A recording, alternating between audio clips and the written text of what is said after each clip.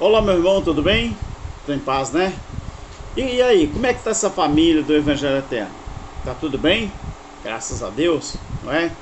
Um abraço ao meu irmão Cláudio Mendes, um abraço a todos vocês do nosso canal, um abraço a todos vocês, nossos inscritos, os nossos irmãos aí que estão colaborando com o meu projeto aqui de colocar em prática, não é? O meu sonho, o meu desejo e a minha vontade. Estou, graças a Deus, investindo aqui, tá, queridos? Investindo no meu estúdio. Eu quero compartilhar com vocês esta bênção quando eu terminar. E você está aí convidado a participar, não é?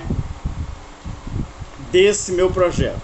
Meus queridos, isso não é para a honra e glória do Alberto Lírio, nem para a honra e glória do nosso Deus, que ele não merece. Deus, ele mereceu honra e glória de Alberto? Misericórdia, isso já passou. Ele já é soberano em todas as coisas. Tudo que eu posso fazer para o meu Deus é agradecer a ele por ele ter me mantido com vida para alcançar o Evangelho Eterno como eu alcancei através do nosso irmão Cláudio Mendes, a leitura da Palavra de Deus. Obrigado a todos, obrigado a você. Meu querido, o que as pessoas precisam saber sobre o Evangelho Eterno? Tem muita gente ainda com o pé atrás com respeito ao Evangelho Eterno porque não sabe o significado. O Evangelho, você sabe que é boas novas, não é? Evangelho Eterno é as boas novas eternas do nosso Criador. Então o Evangelho Eterno não é para ser pregado para ganhar almas. Não, isso aí, queridos, ganhar almas. Hebreus 8, Hebreus 9, Hebreus 10 já foi, já acabou, já aconteceu.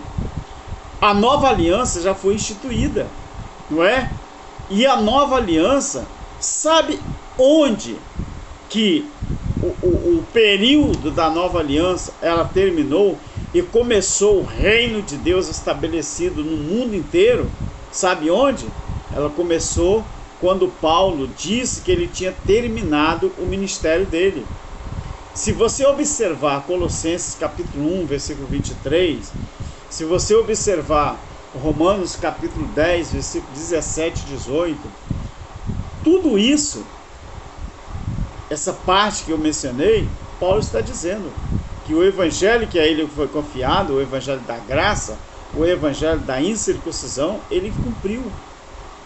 Então, depois do juízo, que Paulo não participou do juízo, foi o fechamento da régua, foi o fechamento de um período.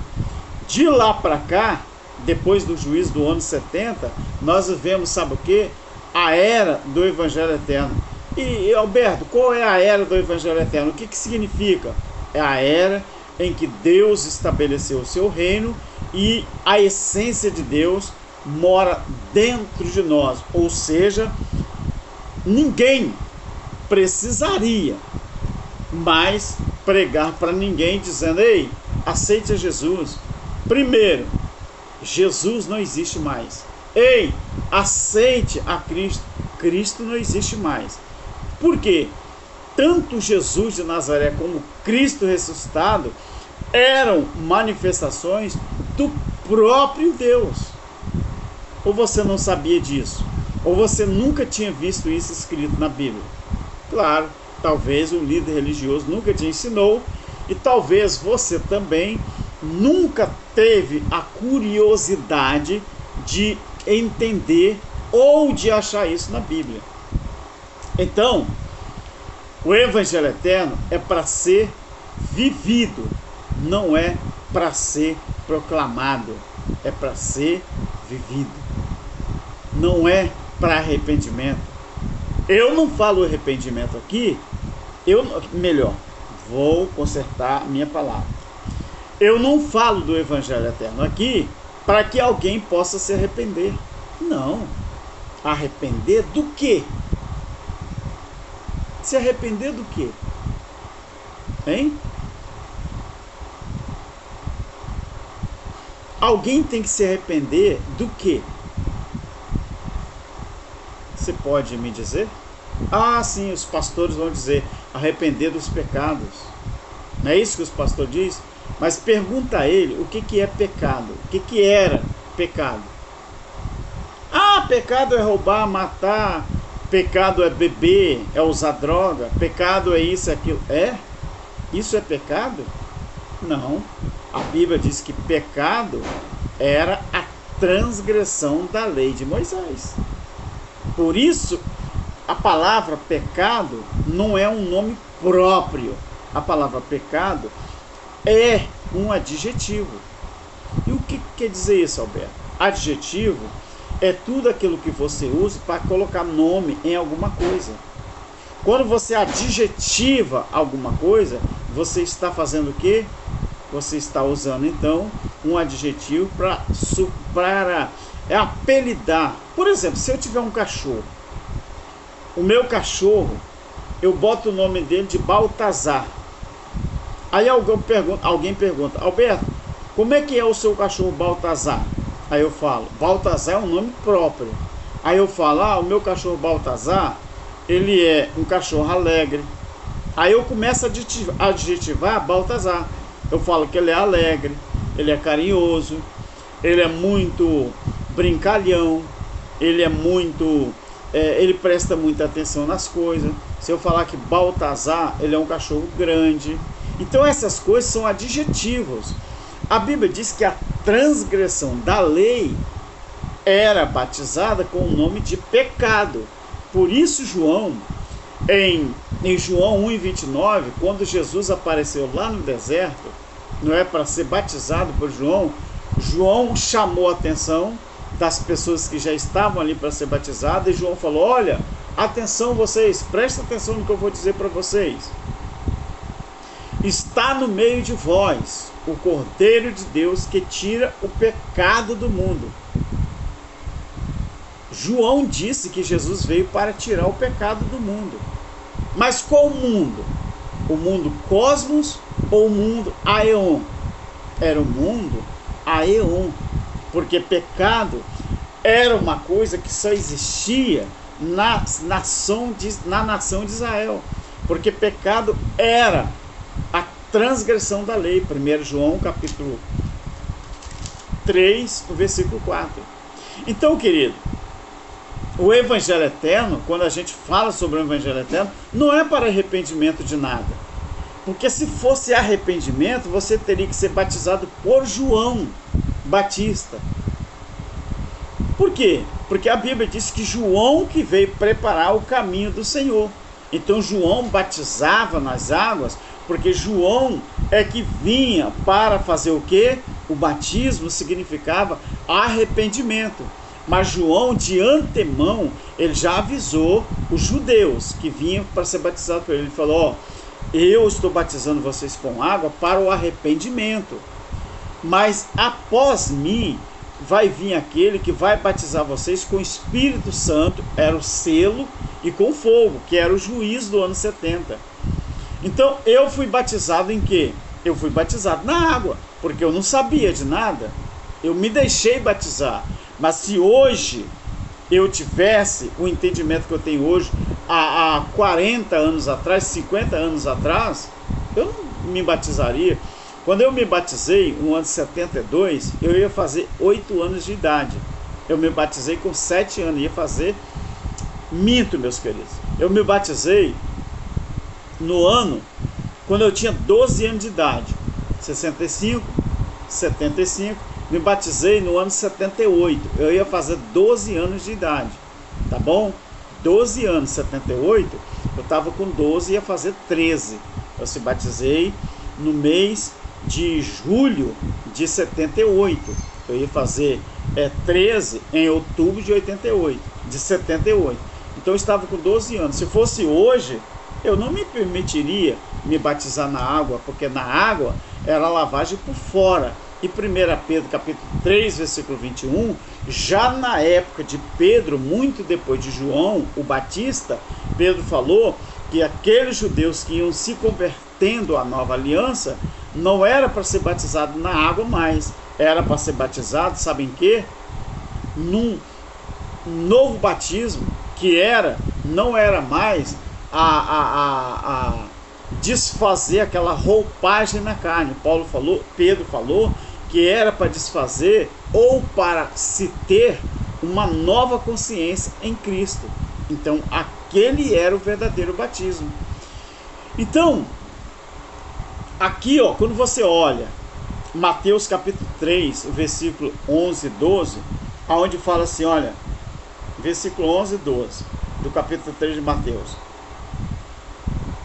eu vos batizo com água para arrependimento.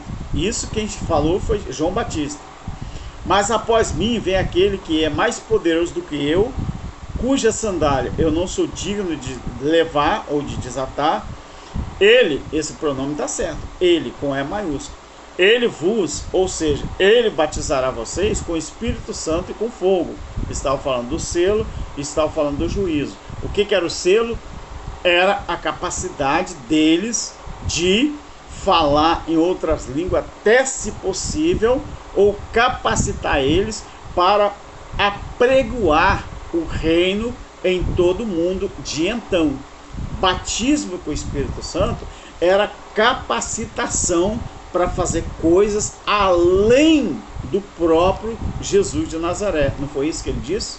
Se vocês acreditarem em mim, vocês vão fazer obra maior do que eu. Mas essa obra maior do que Jesus era quem que capacitaria? O Espírito Santo. Quem capacitou o irmão Cláudio Mendes e o nosso Alberto Lírio para falar a Bíblia do jeito que a gente fala? Os pastores falam que é heresia. Nós falamos que é o Espírito Santo. Ou seja, o Espírito Santo que está na minha vida, na vida do irmão Cláudio Mendes, não capacita os lobos vorazes para entender a Bíblia do jeito que nós entendemos. Por quê? Porque nós não falamos de Bíblia para ganhar dinheiro, nem para ficar rico. O Espírito Santo gosta. Ao Espírito Santo, ele dá mais entendimento. Agora, para os lobos vorazes, o Espírito Santo trava a mente deles, não deixam eles entender. Aí eles ensinam errado. Mas eles ensinam errado a quem? A quem aceita, queridos. Pelo amor de Deus. É simples entender. Aí João falou: ele batizará vocês com o Espírito Santo e com fogo. Ou seja, o fogo era o grande dia do Senhor. O juízo, que era uma espécie de batismo. Ou seja, quando você é batizado nas águas, você mergulha na água e volta com vida. Quem foi batizado com fogo no juízo, sobreviveu ao juízo e retornou ali no juízo já com uma nova roupagem. Já batizado com fogo, para quê? Para ter um novo entendimento. Ou seja, é no juízo que aconteceu a metanoia. Foi no juízo, querido. Então, não é para salvação que nós falamos do Evangelho Eterno. Por que não é para salvação? Qual era o critério para a salvação? João 17:3. Qual era o critério para a salvação? Se eu falar que eu prego o Evangelho Eterno para a salvação, eu estou totalmente negando a verdade bíblica, e eu quero me fazer uma pessoa que já não existe mais. Isso aqui, ó, João 17:3. Olha o que diz aqui. Aqui, ó, é a oração sacerdotal. Quando Jesus fez a oração sacerdotal, ele fez a oração sacerdotal por si mesmo e depois ele fez para os seus discípulos também, a partir do versículo 6. Mas eu quero ler o versículo 3 para você entender que o Evangelho Eterno não é evangelho para salvação, é evangelho para entendimento. A salvação já foi feita, ela já foi confirmada. A salvação, ela nunca foi prometida à carne de ninguém. Ela não foi prometida ao corpo físico. A salvação, ela falava do juízo, era a salvação do juízo. Aí você pergunta, mas e a salvação eterna? A salvação eterna, ela está aqui, ó, onde eu vou ler para você. Olha o que garante salvação eterna, que nada tem a ver com a carne. Olha só. Ora, João 17:3. A vida eterna é esta. Olha o que é vida eterna. Aí você pensa que vida eterna é você sair daqui e morar no céu aí você está garantido a salvação eterna. Mas eu vou provar para você que a salvação eterna, você já vive ela aqui. Você não sai daqui para ir viver a vida eterna, você já vive ela aqui. Por quê? Porque que a vida eterna você vive aqui. Ou, a não ser que você negue isso aqui, ó. Ora, a vida eterna é esta, 2 pontos. O próprio Jesus ensinando o que é a vida eterna. A vida eterna é esta: que vocês conheçam a Ti, o único Deus verdadeiro, que conheçam a Ti. Jesus está se referindo ao Criador, que era Ele mesmo. A vida eterna é essa: que conheçam a Ti, o único Deus verdadeiro, e a Jesus Cristo, a quem enviaste. Quando você acredita em Deus e acredita que Jesus, Ele foi enviado, Ele se tornou carne e habitou entre nós, o próprio Criador, você já tem a vida eterna garantida. Mas não é a sua carne, é o seu espírito. O seu não, é o Espírito de Deus que está em você, que retorna para a eternidade, que já está garantido. Vida eterna é isso. Ao contrário de quem não tem o Espírito Santo de Deus dentro dele, que quando vai para a sepultura, Jesus falou para Pedro que a sepultura, então, ela tem o que? Poder sobre aquela carne, e ela vai para a sepultura e ali acaba tudo. Quando Jesus falou para Pedro: Pedro, tu és pedra, sobre esta pedra eu edifico a minha igreja, e as portas da sepultura, tradução para inferno, não prevalece contra ela. Ou seja, se a sepultura não prevalece contra a verdadeira igreja, não prevaleceu, melhor, então, e os filhos de Deus no Espírito, quando morrem? Para onde que vai o Espírito de Deus que está dentro dele? É consumido na sepultura? Não. O Espírito de Deus que está no Filho de Deus, ele volta para a eternidade. Então, a salvação, Evangelho eterno não é para salvação. Evangelho eterno é para você entender o que é Evangelho eterno e você viver o reino ainda estando aqui, em plena vida terrena. Outra coisa, o Cordeiro,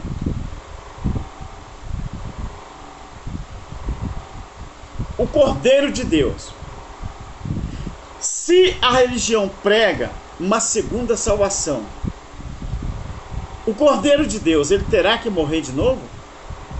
Hein? Ele vai ter que morrer de novo?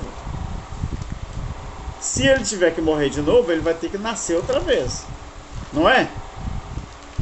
Ele vai ter que nascer, sofrer e depois morrer. Olha o que diz Hebreus, no capítulo 10, versículo 12 ao 14. Hebreus 10, 12 e 14. Olha só o que diz aqui. Mas este, havendo oferecido para sempre um único sacrifício pelos pecados, assentou-se à destra, ou seja, tomou a posição que ele tinha antes. Daí por diante, ou seja, de lá para cá, depois desse sacrifício, ele espera que os seus inimigos sejam postos por estrado dos pés. Ah, mas a religião não deixa isso aqui acontecer. A religião não deixa. Porque com uma só oferta, ele aperfeiçoou para sempre os que estão sendo santificados. Meu amigo, você nunca prestou atenção que a religião, ela te engana? Tem mais de 2000 anos que ela te engana. A Bíblia diz que com um único sacrifício, e não vários sacrifícios, com um só sacrifício, ele aperfeiçoou para sempre. Para sempre é o quê? Hein? Para sempre é até o ano 2000? Para sempre foi até o ano 71, 75, 80? Eu disse ano, não década. Para sempre é quando? É para sempre, né? Agora, só se vive o Evangelho eterno quem realmente entender que nós somos espíritos aperfeiçoados.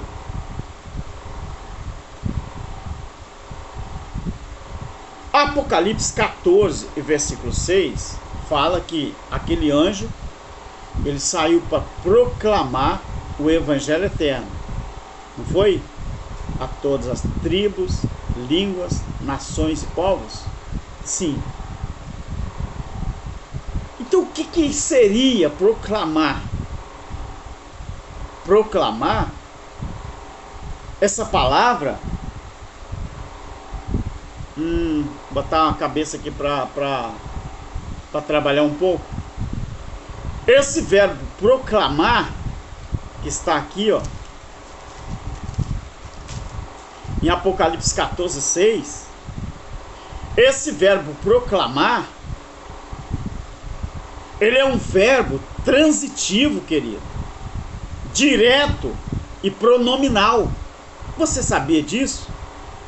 Ou o que esse quer dizer, Alberto? Um verbo transitivo, direto e pronominal. Que quer dizer anunciar ou fazer uma declaração publicamente.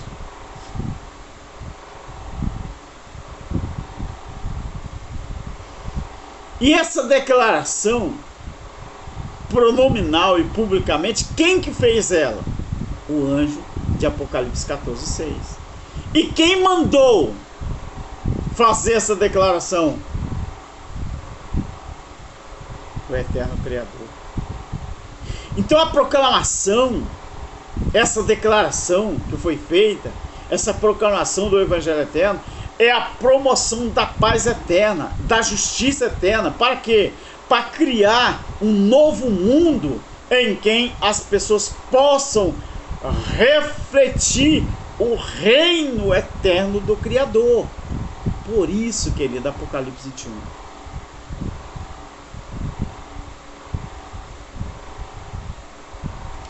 Deu para você entender? Por que o Evangelho Eterno não é para ser pregado, anunciado para ganhar alma? O Evangelho Eterno é para ser vivido? Deu para entender? Por causa de Apocalipse 14, 6. Que muita gente não entende o que é um verbo proclamar, que é um verbo transitivo, não é? Direto, pronominal, que quer dizer anunciar, quer dizer fazer uma declaração publicamente. Deus que te abençoe e que você entenda mais essa palavra em nome do nosso Criador eterno. Fique em paz. Amém. Olha, espero você nos ajudando aí para fazer parte desse projeto, tá bom? Deus vos abençoe. Amém.